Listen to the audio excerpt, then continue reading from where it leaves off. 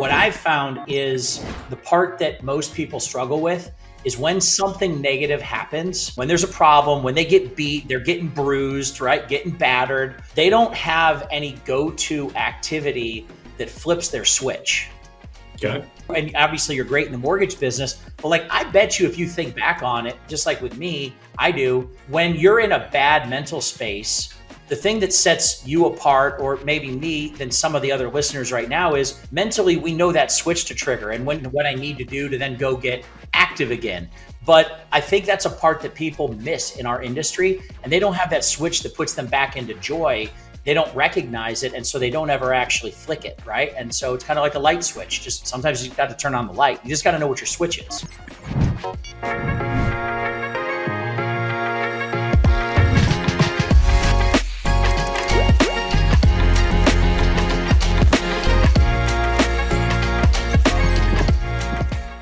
Hey guys, Wally Elibiary. All right, so what is 24/7 mindset? Most times when you hear 24/7, you're thinking what? 24 hours a day, 7 days a week, just grinding, hustling.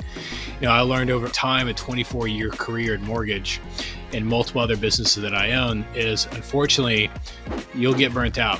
I became an absent father, I became an absent husband, and I became a poor business leader because I was trying to work 24 hours a day, 7 days a week, trying to build a business, maintain a business. When I learned how to work smarter, not just harder, by doing things the best way it could be done, instead of just simply doing my best, I learned how to work only 24 hours a week, 7 months a year, while I got paid from the business residually 24 hours a day, 7 days a week. You can do the same. Welcome to the show. All right. Super excited about today. 24/7 Mindset podcast show. Special guest, Andy Zemon. Andy, thank you so much for making the show, man. I appreciate you carving out your day. I'm sure you're super busy. No, thank you, man. I'm honored. Honestly, I got the message there and the little offer, and it was absolutely my pleasure. I mean, I've followed you for years, man. Like, yeah, the fact that you even knew my name or somehow found me, I was like, what? Come on, like we're on the right track. Must be doing something right along the way, or So I appreciate it, man. I'm honored to be here. Yeah, man. I was talking to Dave Savage, and I was just saying, like, hey, talk to me about like who do you think my next guest should be on the show? And he was like, dude, you got to get Andy. You got to get Andy. And I'm like, well, tell me why. He's like, dude, absolute love this market.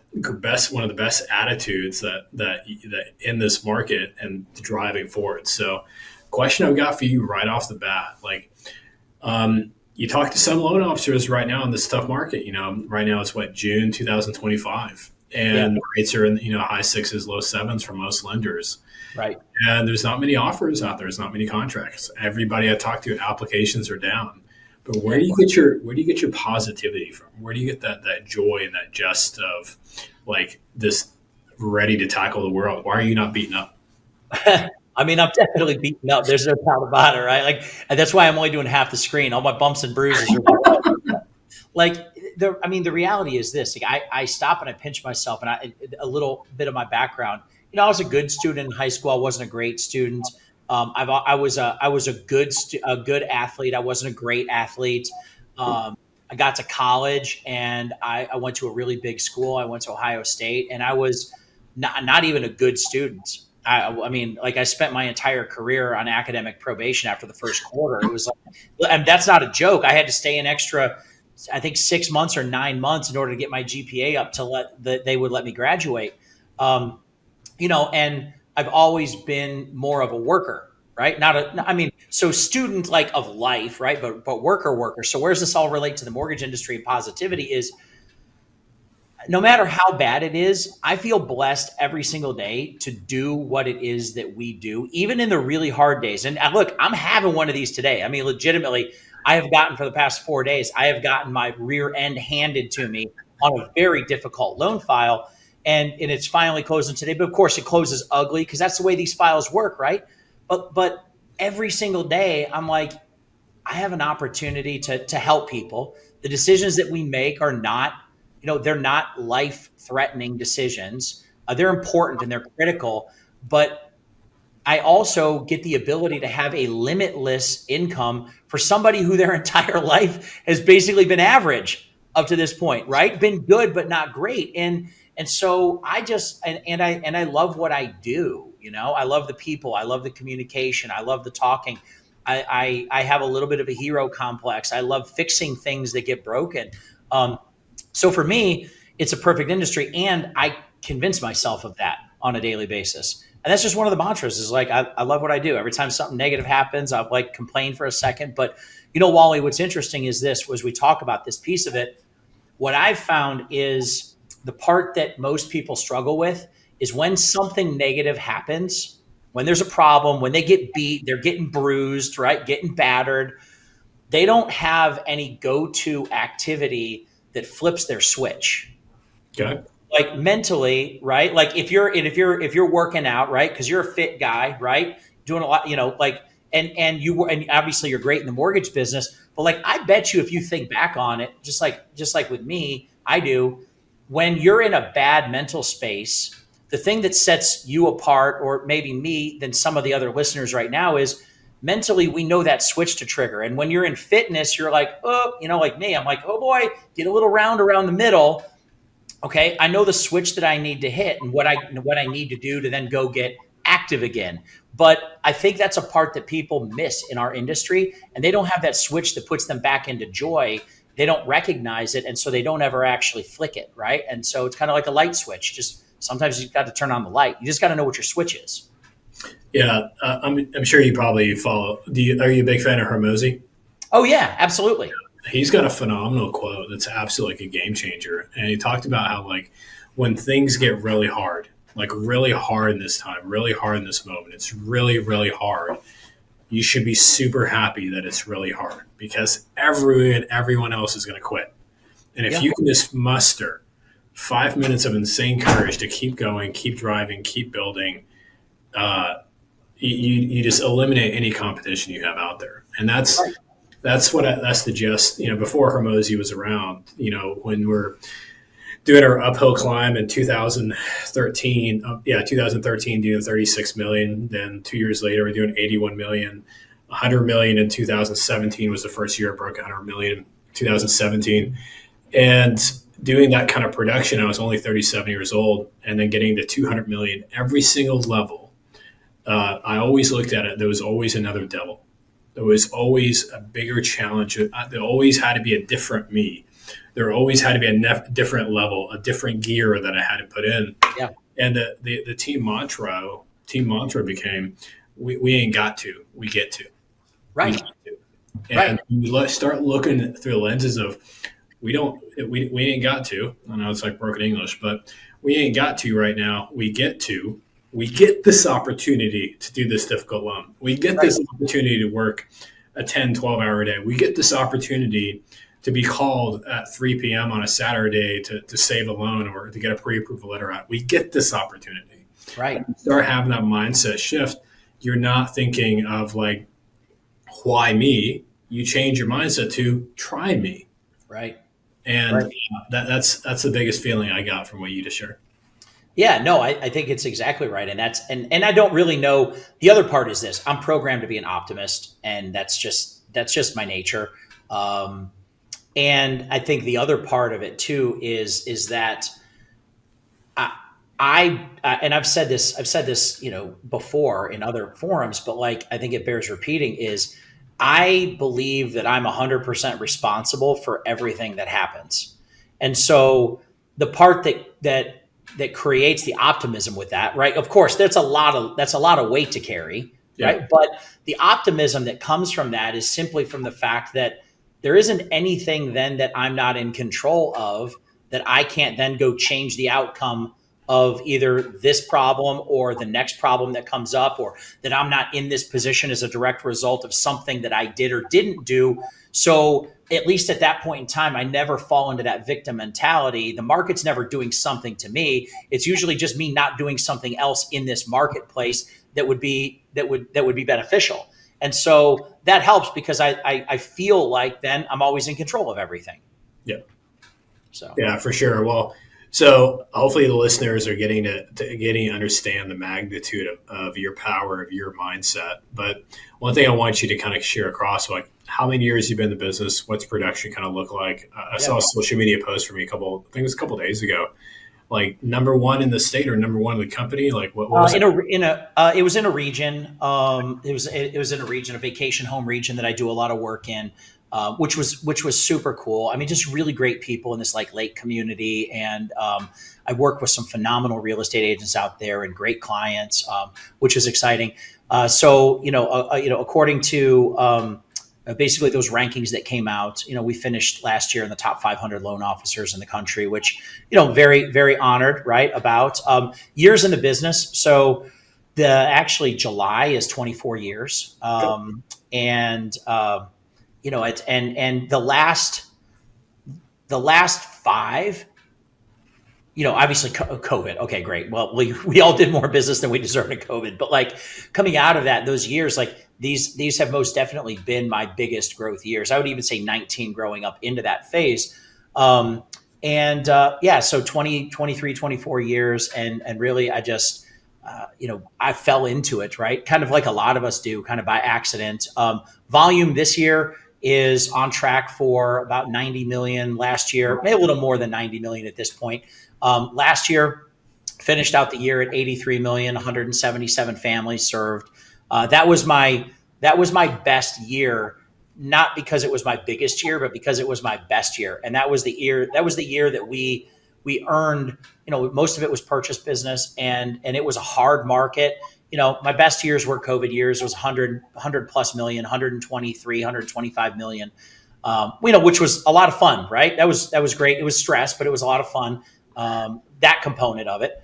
But this last year was my best year. And this year I want to be my best year as well. But I think it's also going to go down as the hardest year. We got challenges this year that we didn't have last year, And so it's constantly, it's like, okay, cool. I get to do it again, right? I get to have my best year again because we're fighting in a headwind, right? We're running in headwind. That's what we're doing. So anyway, a little background there, but super excited. Run a brand, normal so stuff. You'll have to correct me on the math here, or the viewers have to correct me on the math. So I'm going to go on record to say this math is ballpark-ish. But I remember like 21 and 22, where it was like $4.3 trillion in like mortgages lent. And like it goes down to last year in 24, it was like 1.7 trillion or something, a little less than like 2 trillion. And from what I hear and what I'm seeing, they're projecting that we'll be sub 1.5 trillion this year. Yeah. So when the viewers really have to understand what you're exactly saying. Every loan officer has a smaller piece of the pie to be able to get than we've ever had in this business. Yeah, the pie is much smaller.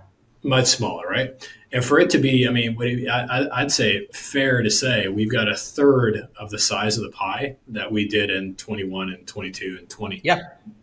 So if there's a third, you can also argue that, we're 60-70% of the loan officers have gotten out of business. So you would say that, right?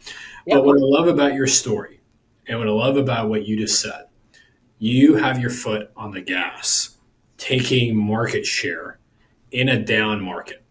Yes. Most loan officers right now, they're still going with the poor, pitiful me, and there's why me? And one of the biggest, so walk us through, how can we gain the same offensive mindset that you have of why you've got your foot on the gas in this down market to take market share? So I am a competitive person, right? I mean, and that's something like behind the scenes. I'm like, okay, cool. This is opportunity. And I think there's opportunity in everything. So I see it, but I don't think about it in terms of taking market share. I think about it in terms of how do I distance myself in service and in delivery than everyone else. Everyone else is right now just scrambling, trying to find ways to do deals. I'm trying to figure out ways that we can innovate and we can help families better and faster. And so the end result is it's better. I mean, we still break a lot of eggs making omelets, right? I mean, there's a lot to learn, but what's happened along the way is when you're committed to being accountable to the outcome and helping people through their problems, realtors and clients and builders and financial planners, et cetera, and you're confident in your ability to do it, people naturally gravitate to you. And that's the part that I think is also missing in today's culture is there's not, I mean, I talk to people all day, loan officers, multiple times a week. The sales confidence in our industry is probably at an all-time low. And that's because you're letting the market dictate your confidence. You're listening to the news and the media and the other loan officers in your office and the real estate agents that are talking about how bad things are. Don't. Right? Like change that script inside your head. My son's got a teacher. I have 4 kids, right? And so these teachers that my kids have, some of them are phenomenal, right? And they talk about, and we know about this from sports or whatever, we talk about the inner coach, right? And so sometimes when my inner coach starts, like I did not sleep at all last night. And I would love to tell you that it was because of the podcast, right? But like I had this like monster problem file that's been just looming over my head. I did not sleep. And so 2 things with that. Number one, insomnia is not a good thing, but the day I stopped losing sleep over a really complicated file, trying to figure it out, is the day I know I need to exit the business because I stopped caring. Okay. That's what I tell myself. And so when I listen to that and I'm going down that negative mental space, I didn't sleep really well. I'm stressed about this and I'm worried about it. I just kick that inner coach out and I hire a new one. And I go back to, right. And I go back to that script, that switch, right. Which is like, dude, you get to do this. This is awesome. Like, go look at all the lives that you've changed. Go look at what you've done for your family. Go look at what you can do for your family. If you don't have a story that has success with it, like you haven't 23 or 24 years, and maybe you don't have Wally's success or my success yet, go look at what you can do and just go believe in the actual outcome, or just, even if you can't believe yet, hope for that outcome. And it will change your mindset. But I think that inner coach is critical in this case. And that's something that we don't spend a whole lot of time with, but that's where that negativity comes from, and it's rampant in our market. It's rampant in our industry.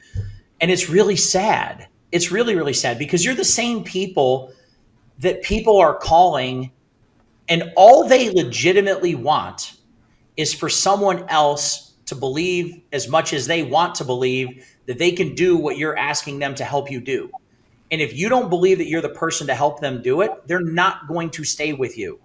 They're going to go seek out confidence somewhere else. Human nature is to go find the people that will help you accomplish what you want while telling you, if you had to, what you want to hear. Don't be the person that tells people what they want to hear. Tell them what they need to hear, but give them hope and be their rock, be their confidence that they need in this market. Realtors, builders, financial planners, clients. And Wally, I think that's what I do. And if along the way, I pick up other slices of this smaller pie, then awesome. And I think that is happening, but it's because of the byproduct of the activity and that mindset that we have. Well, I think it's brilliant, and I just love that you just absolutely ran with that, and we did zero prep for any of this, which is super awesome, by the way. But if you're listening to this show and Andy just dropped a great huge bomb on you, like hit the subscribe button, save it, like it, rewatch that, and just take that clip, guys and girls. Just understand that clip, that little piece right there about pouring into yourself. The positivity is you've got to watch that 10 times. So great job of it, Andy. Thank you. Let us behind the curtains a little bit. Let us underneath the hood a little bit around. So, like, what's your referral streams of business look like? So, I wrote that book that actually it's over there that you see over there at 24/7 Mindset, and it's talking about how build something called the 6-lane highway. So, it's your database, it's your realtors, it's your CPAs, it's your financial advisors, it's your family will attorneys, and it's your insurance agents. And when I hit 100 million in 2017, I'm like, man, this is like the pinnacle of mortgage. I'm 37 years old. It's got to be a bigger mountain to climb. Right. And I started looking at my business in 2019, or 2018. Dave Savage helped me with this a ton. Like, my business had no worth. It was a $100 million producer, which is awesome, making a very blessed income. You know how much a $100 million producer makes. Yeah. However, it was like 97% realtor business. And from there, it was like, okay, cool. So every month I start from hero to zero. and I've got to start over every month, new realtor business, prospecting. And it gets tiring. I mean, I've done this for 26 years now. It gets tiring after a while.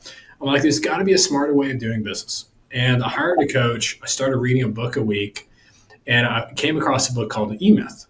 And I'm like, I'm like an addict when it comes to like wisdom and knowledge. So I started reading E-Myth entrepreneurs, E-Myth revisited, E-Myth for financial advisors, E-Myth for realtors, E-Myth for plumbers, E-Myth for chiropractors, Right. And all these different companies and all these different industries. The reason why the businesses became scalable, that they were able to exit one day, is because they had residual income that came into the business from their database or from their current clients or from their past clients. Right. So I sat down. I'm like, okay, so I've got this huge database, and back then it was maybe like 2,000 households. And I'm like, okay, so I'm like everyone's best friend when rates drop and it's time to refinance. Right. Outside of that, I never talked to any of these people. Right. So I started doing annual mortgage reviews in 2019. And we went from 100 million to 150 million in 2020. Then it went from 150 million to 200 million because I started finding out that my past clients needed referrals to who?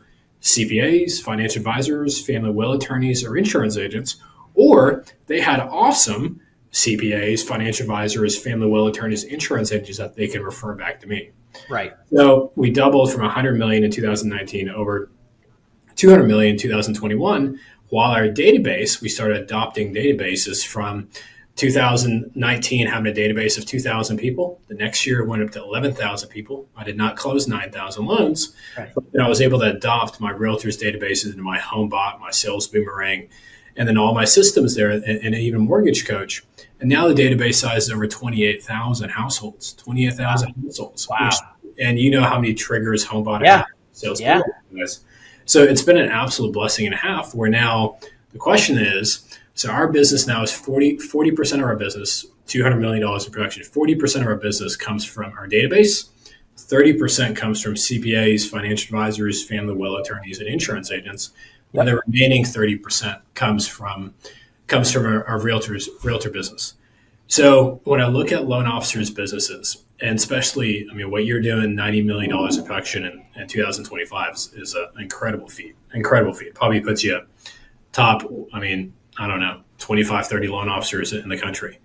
But as you're going down that path, tell me about your mix of referral partners, and have you been on this journey of also adding value to your clients?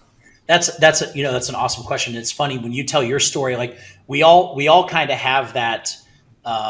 We have that tipping point in our business, right? Or that pinnacle moment, or that change, whatever that catalyst that happens, right? And I had one of those too. I'll tell you that story in a second, and the origin story of sort of the next evolution of your business. Last year, my business was 40% database. It was 30% realtor. And it was 20% financial planner, other services, and roughly 10% other. That never looked like my business before. And this has been a journey that we've been on. I'll be a lot happier when that is, when the volume number is higher and that 30% realtor business becomes 10% of my total business. And then the financial advisor, CPA, et cetera, sort of steps in. And you're right. Those are all phenomenal tools, because the reality is the loan officer plays extremely well. The great true debt advisor plays very well into those other professional industries, right? I mean, it's a very natural environment. There's a couple obvious keys to that. I'm a big believer in it sounds kind of weird, but like we'll call it, to some extent, subordinating yourself within that advisement role in the relationship, but through the process of giving extreme honor, so that advisor, the CPA, knows that they're the anointed, right? In the hierarchy, and then you give your debt advice, and everything's wonderful. But I want to tell you the story real quick, because basically the reason that I got there was mostly because in 2000 and it's probably 2016, I think it was. My business completely imploded because I basically had listened to another coaching program and sort of in my own head had interpreted this information to be like, don't do loans. You're greater than that. Like, be out of loans, like, delegate relationships, like go do more and more and more.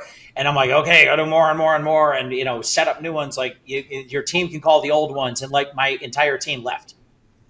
just up and left, and took all these relationships with him.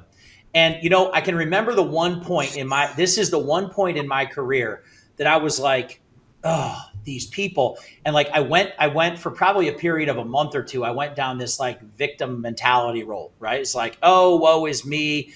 And I remember, not really remember, but there was a day I woke, we'll call it the awakening. It was like, pardon my language, but I was like, you dumbass, like, this is your fault. Like, this is, okay, you hired some people that didn't have the utmost integrity, but you're an idiot that let the keys to the kingdom go, right? It's like the realtors opened up to Zillow and whatever. It's like, here you go. And it's like, oh, how do we put that genie back in the bottle? Well, I already did this, right? And so I said, you know what, from this point forward, I am going to be the loan officer that is the hardest to fire ever. And it started with that. I was like, well, how do I do that? Well, I got to be the loan officer that even if we really monster screw up a deal, I'm not as good as just my last deal. And like, I feed them business. And so I woke up and said, I'm going to be the best referring loan officer to all my business partners that I possibly can be, which meant I had to stop looking for loans and I had to start looking for opportunities for my business partners. And so I became the best referring loan officer to my CPA, the best referring loan officer to my financial advisors, the best referring loan officer to the insurance agents. And what I found was then I found the right people and I got to ask them if they would also be my advocate. And at the same time, I came from a place of integrity. I had already done it. I wasn't asking for something for free. I legitimately woke up every day and tried to figure out how to refer somebody else's business, because Wally, as you well know, it's nowhere near as easy as a loan officer to go talk to somebody about their mortgage as it is to talk to them about whether or not they have any interest in buying or selling a home. When we talk about debt, we have a vested interest in them doing something in the finance aspect of it. When I talk to somebody about their insurance or their taxes or their financial plan, I don't do that for a living. I know it enough, but I don't do it. So people will freely communicate with me and I can look for opportunities to then introduce.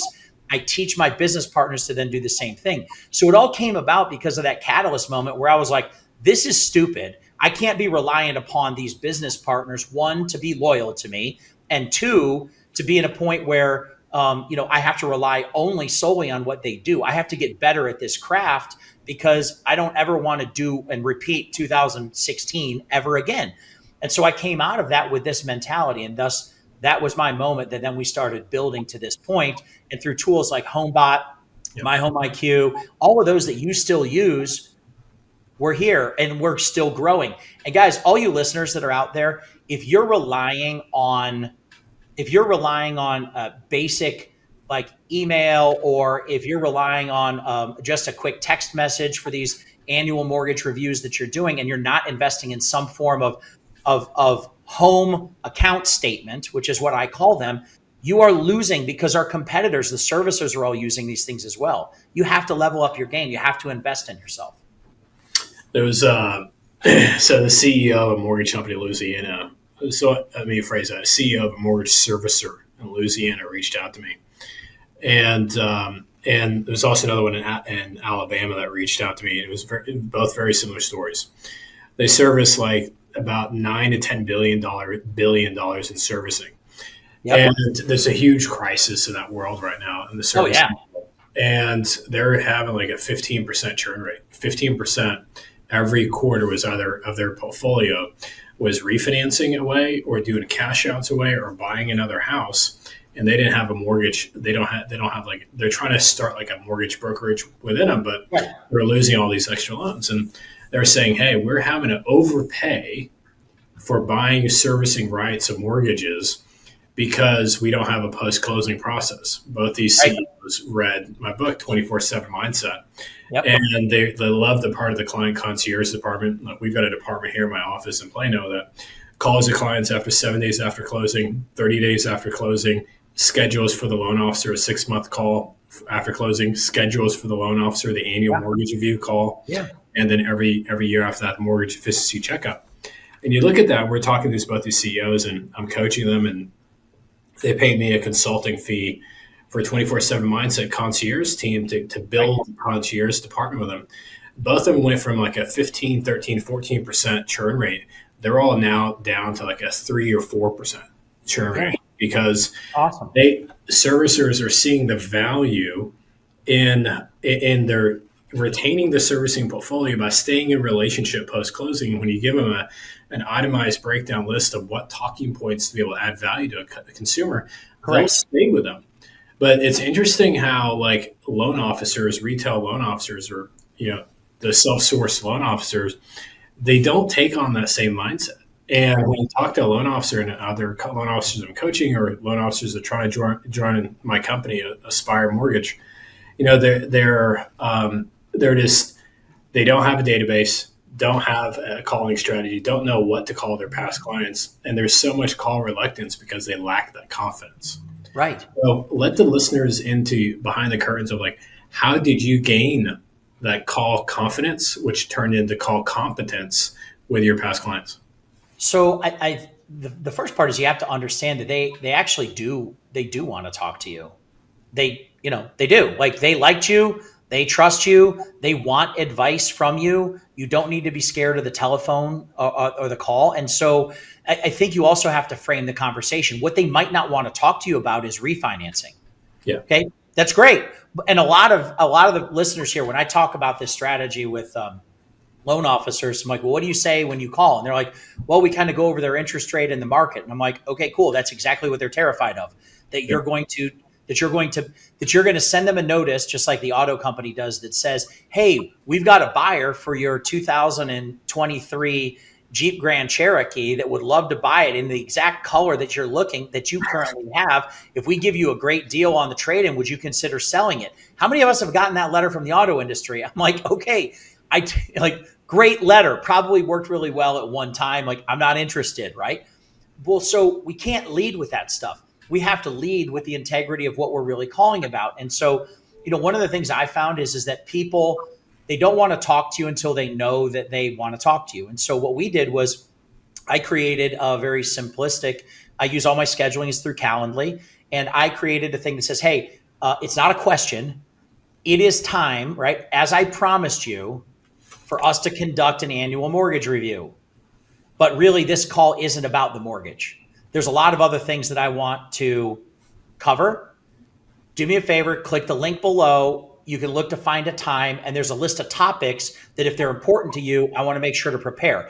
And so when you go to my all of you can go see my Calendly that's set up. Go to schedulewithandy.com.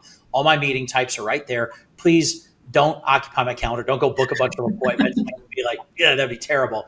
If you hate me, you would do that. Don't do that to me. But you go to the annual mortgage review, and right there's a checkbox of like, I don't know, probably 25 different topics that they may want to discuss. And it's things like, I'm concerned about my retirement. I'm concerned about my kids' education or paying for it.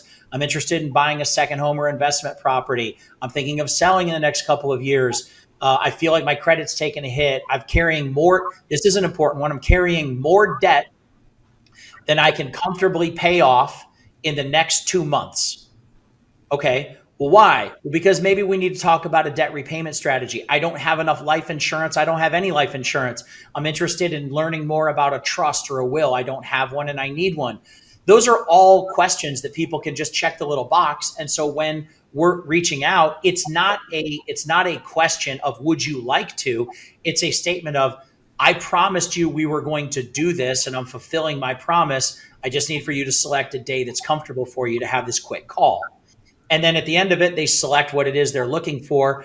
And when our team's scheduling them, the team's using Calendly, those pieces all work. But whatever your system is, it could just be as simple as that. It could be an email that says, look, we're going to do a review. This isn't really about your mortgage. Here's a list of topics most of my clients like to talk about. Let me know if any of these resonate with you. When I call you, you'll know what we're talking about. And try your best to avoid the mortgage unless that's actually something that needs to be addressed. Otherwise, you're not there to help them. You're there to sell them. And that's not what they want. Nobody wants to be sold, but everybody wants to buy. Yeah, I'd say the biggest thing about that is, like, everybody listening should see how much purpose he has behind that, his message, how much intentionality he has behind his questions, and how he's got to prepare it out for them. So many loan officers get on the phone, try to do an annual mortgage review, and their lenses that they're looking through is the interest rate, interest rate, interest rate, interest rate. Like Yeah. there's so much more we can have a conversation about. And one of my favorite things to ask them is, so tell me your life insurance policy, does it pay you while you're alive or does it only pay you when you die? That's a great question. Yeah. People And were like, what do you mean? I had no idea life insurance policy could pay me while I'm alive. literally 10 out of 10. I've never had one. I've done like tens of thousands of these. I've never had one client goes, oh yeah, it pays me while I'm alive. I know exactly what you're talking about. Right. And for the listeners out there, there's a difference between having whole life insurance and term life insurance. Term life insurance only pays you while you pass away. I'm personally with Northwestern Mutual. Shout out John White. And they mine pays me a minimum of 5, sometimes 6% interest, tax free, off the cash value that I've got inside the cash value life insurance. Same thing for my wife. Same thing for my 18-year-old son. Same thing for my 20-year-old son. If I can get life insurance on my dogs, I would. Especially if it was cash value. Right. When you're having these conversations and you say exactly what Andy said earlier, hey, I know enough to show you there's a benefit in having a conversation with a financial advisor, but I'm not the expert in it. Let me connect you with my financial advisor. Boom, I got a referral out the door. Another easy referral for a financial advisor is hey, I just put you $500,000 in mortgage debt, Mr. Borrower. Kind of walk me through, God forbid if something happened to you, do you have any insurance that offsets that? And if so, do we need to increase that because you just took on a new mortgage? Right. And a lot of times they don't, or they tell you, okay, well, yeah, I've got life insurance. Okay, great. For your company.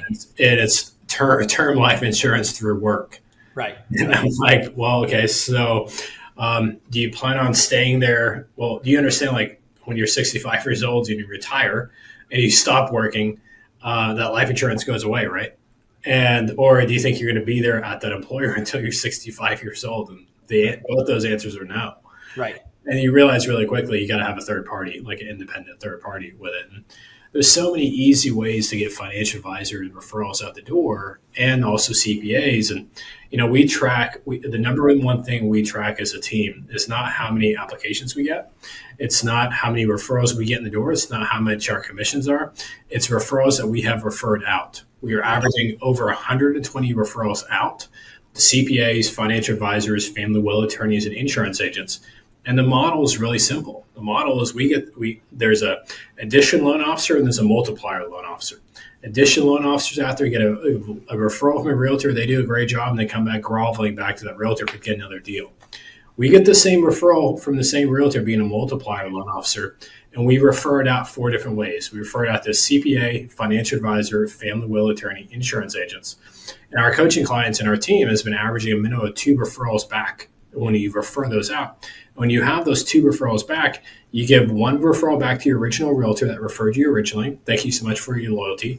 And now you take the other referral, you call it the biggest realtor you have in town and say, hey, you don't know me from Adam, but I got a referral from my CPA that referred me a client, is a $500,000 pre-approved client. Can I refer him to you, and when can you grab coffee? Yeah. That conversation is completely different, but that's how multiplier loan officer thinks. Well, what's so great about what you said, and this is something I want the listeners to make sure that they pick up on, because this is something that I believe in as well, and I think we share in common, is this. You are an expert. Well, you're an expert clearly in debt and mortgage industry, et cetera, and you're really, really, really skillful and very intelligent at all of the areas that the mortgages touch. And so many people that I talk to not only do they think taxes are, do I know how to read a tax return? They don't understand how to talk about tax concepts. They don't go in and research and read. And I told you very early on in the show, I was the world's not worst student, but I was not a great student, right? By any means.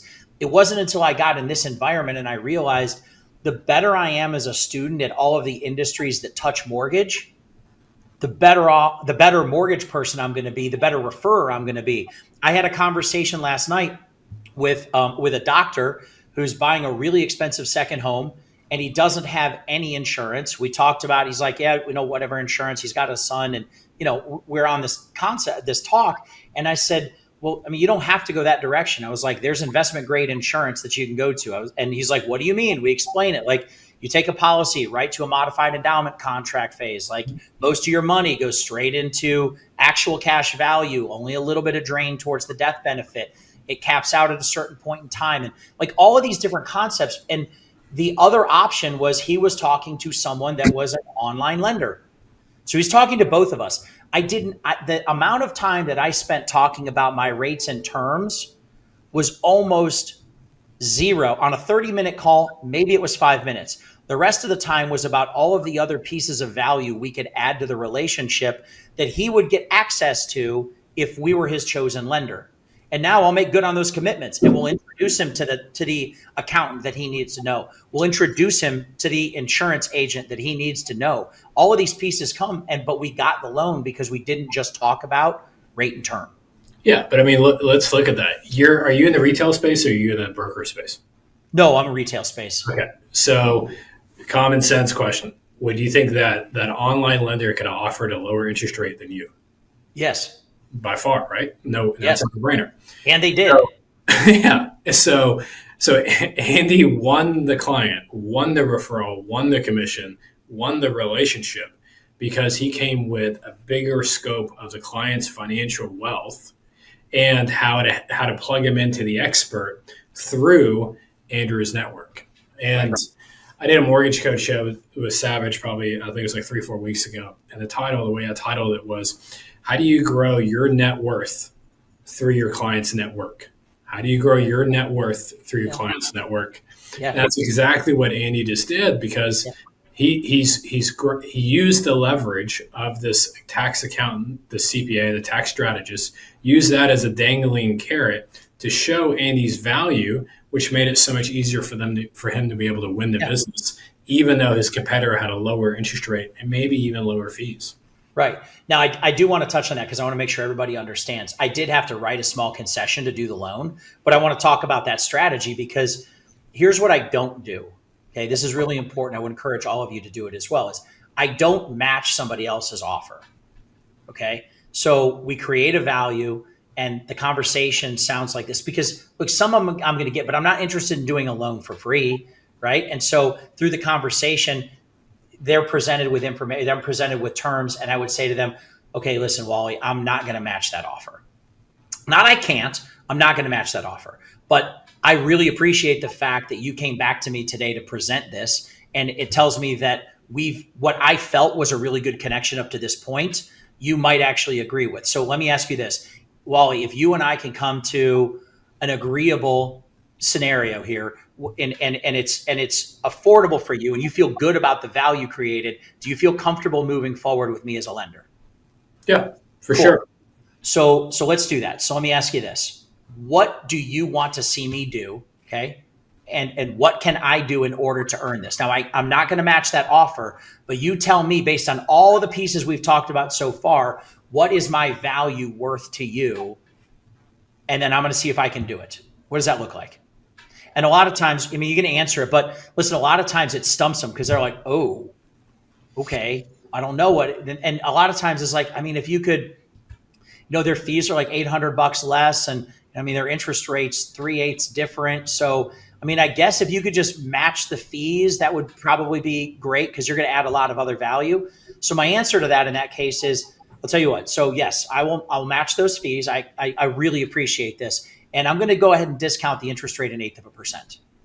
I always give a little bit more than they ask for because now the human element, they do not come back and ask for anything extra. They just got more than they originally asked for. Now they feel like they're winning. So the human psychology is, I'm good. I already established them. I'm happy with that. And then I ask the closing question, which is, Wally, if we do that for you, do you feel comfortable going ahead and moving forward so we can create the extra value for you? Yes, for sure. And if the answer is no, then the answer is no, but I'm not going to do the loan for free anyway. And I'm going to say, okay, well then look, just promise me this. If something goes up, like I don't have any hurt feelings here, no hard feelings. You're going to move forward the other direction. If at a moment's notice, they feel like you feel like they're screwing something up, do you promise you're going to call me? There's no hard feelings here. You promise? Yes. And then what do I do? Because you probably do it too. 2.5 weeks later in a 4-week purchase process, what do? I check in on them. Yeah. right? I use a CRM that has a time delay text message, right? So I queue up a text message for 2 weeks from now and I say, hey, Wally, it's Andy. I told you there was no hard feelings. I just personally felt responsible to make sure that you were still having a good process. Do you mind just confirming everything's going according to plan? And then they're like, oh, actually, no, you're right. It was a disaster. Or, yeah, everything's going great.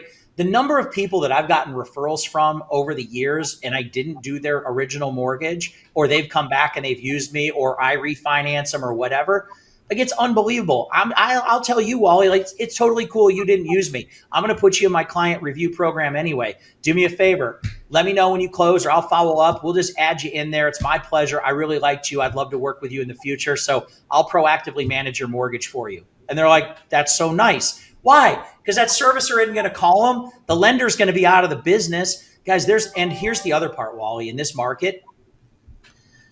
We talked about it earlier. How many loan officers roughly are not doing business now that were doing business a couple years ago? I mean, I'd say allegedly there is like 80,000 loan officers left. I'd probably say 45,000 of them have not closed a loan in the last quarter. So let's just say this, that like a third of all of the clients that closed on their purchases in 2019, 20, and 21, maybe even 22, their loan officer is not in the business anymore. A third of maybe not, maybe a quarter, right? Whatever that number is. Oh. Those people are all orphaned. Yeah.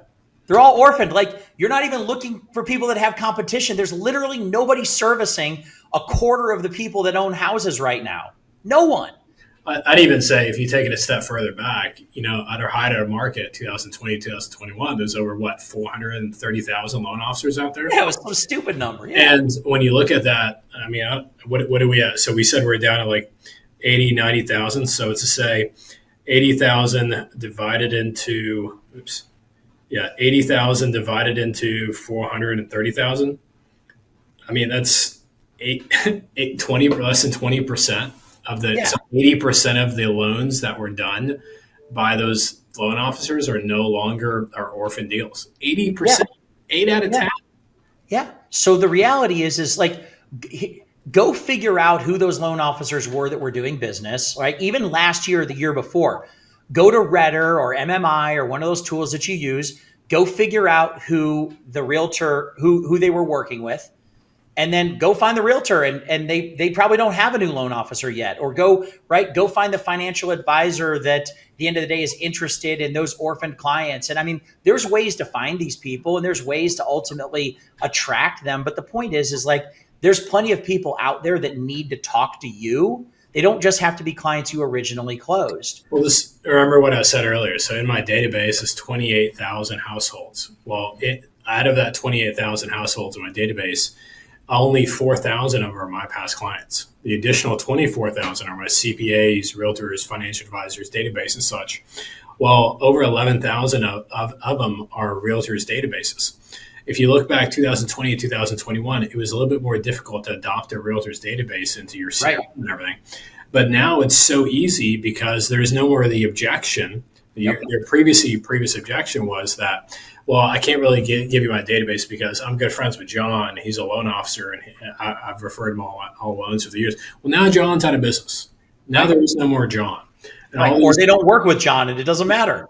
80% of loan officers are out of the business. So now what we're doing is, so we took the client concierge department, calling loan officers databases, scheduling appointments for them. They're on their calendar.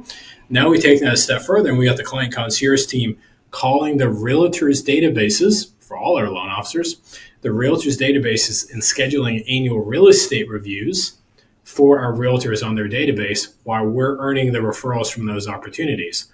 Genius. How do you grow your net worth through somebody else's network? Yeah, exactly. Absolutely. I mean, absolutely genius. I mean, it is genius. It's simple, but it's genius, right? And it obviously, it obviously works. And, to that point, one of the things that I'll share is, and maybe this is helpful to the listeners, I get this question a lot, which is like, okay, great. Well, how do you get a financial advisor to work with you? And you've got some fantastic tactics, right? Yeah. But you know what? Mine's super simple. Every single call I'm on, and you probably do this as well, I'm sure you've taught it, is who is helping you make this decision? Do you have a financial advisor? Is it a mom, a dad? And I invite them into the circle. And right, the look that I get from a lot of loan officers is like, You invite them in? I'm like, yeah, I invite them in. And then we do a mortgage coach and we share. This happened yesterday. The client was like, I am talking to 3 different lenders. And I said, of course you are. You're an attorney. You're really smart. Like, I get it. Like, why would you not? It's, first of all, don't make people feel dumb, right? For the decisions they make. So of course you are. You're really smart. Yes. And then I asked this, would it be helpful if I take, because every one of my clients, when I do my pre-approval or in contract or whatever, they get a TCA, right? Everybody gets the TCA. Yeah. Thank you, Dave Savage, for the introduction here to Wally. Like, got to do a TCA. If you're not, somebody's eating your lunch. So we do our TCA. And then I say, hey, would it be helpful if I summarize this call in a quick email and then I record a little video overlay? So before you're meeting with your financial advisor, you can forward this email to them and they'll have some context for what it is we're going to talk about. Oh my gosh, that would be fantastic. So I give them this. And in that message, I honor the hell out of the financial advisor. Okay. Hey, I don't know your name, but all I can tell you is this client has raved about what you've done for them. Obviously, they trust you. I wanted to get this information in your hands. We do our little, build honor. I walk them through the mortgage coach. And then I say, well, listen, it's really critical that you understand that my debt strategy needs to fit well into your asset strategy. Okay. Doesn't need to override it. My debt strategy needs to fit well inside your asset strategy. So please do me a favor. If you see anything on this report that you feel like we need to tweak or change, you have absolute ability to call me, text me, whatever, or we can do a quick group call or meeting, right? And I'll change this report live to make sure that it fits better for the asset strategy you currently have in place. Now, client reads that, they're like, oh, we're already a team. We didn't even know it. The financial advisor then has to basically undo all of that credibility I just gave them by referring them to another financial advisor, which isn't what they do. They're just like, this dude made me look really, really good. I'm happy with this strategy. By the way, this is how I've added 5 really big financial planning firms in the last 3 years, was just by delivering TCAs that the client delivered to the financial firm, who then said, we've never seen this before. What else can you do with this? This is amazing. Our other clients need this. And we've added them as our partners. Absolutely brilliant. Absolutely brilliant. It's really clear how you are taking market share in this market with a mindset like that. I love that. I love that. I love that. I mean, I think you've knocked my socks off, Andy. I'm very, very impressed with your tactics, your strategies, but more than anything, I'm very impressed with the bravery of your implementation. So what I want you to do, 2 more things for me. One, if anybody's watching this, they want to get a hold of you, they want to learn from you, they want to come work for you, they want to come be part of your world. Yeah. How do they reach out to you? How do they stay engaged with you? How do they connect with you? So I told you where my schedule is. There's another call on there, so like you could abuse it. But obviously check that out. 2, find me on Instagram, Facebook, Andy Zemon. There's like 4 Zemons in the entire world, spelled Zemon, and they're all my children. So even my wife, she would not take the name. So no, I got a dad too, but he's not on Facebook, so you won't find him. So literally that's it. Zemon, Instagram, but like, just connect with me. I mean, you can Google it too, but go to my schedule, send me a message, send me an email. My numbers are all over there. Feel free to text me. Here's the other thing I want, like all of you that are watching this, I hope this comes across and I hope it's as impactful as I want it to be. So people like Wally and me and the Dave Savages of the world, we are legitimately at the stages of our careers where we want to help people succeed. We want to help people overcome the obstacles and the hurdles that exist faster than we did. And most of you are scared to reach out.